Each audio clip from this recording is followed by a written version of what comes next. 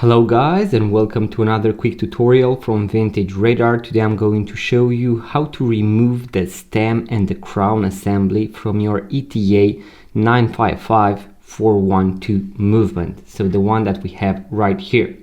So really simple to see is that we have a small golden arrow that points to this exact place right here.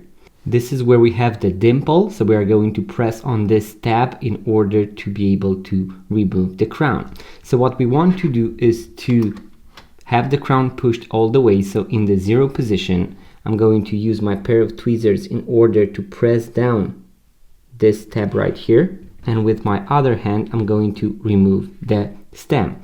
So as you can see, I can easily remove it, and now we are going to put it back in, and for this we do not need to press down on that exact lever.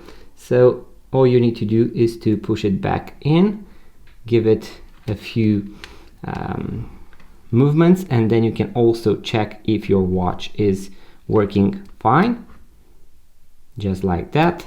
So this is how you remove the stem and crown assembly on your ETA 955412. In case you want to watch the full battery replacement of this particular model, I'm going to leave a link in the description box below in case you are interested. And if you want to watch even more similar tutorials on how to replace watch batteries, how to remove the stems from your watches, make sure to be subscribed. And I'm also going to post a big compilation with all the different movements that I have come across, so that you know how to open, so to remove the stems in the future, guys. Make sure to check the link in the description box below. If you found value, make sure to give it a thumbs up, subscribe to this YouTube channel, and also guys, if you would like to purchase your first vintage watch, make sure to check out our website vintageradar.com, because we have thousands of vintage watches for sale. Link in the description box below. Thank you guys for watching. I will see you on the next tutorial.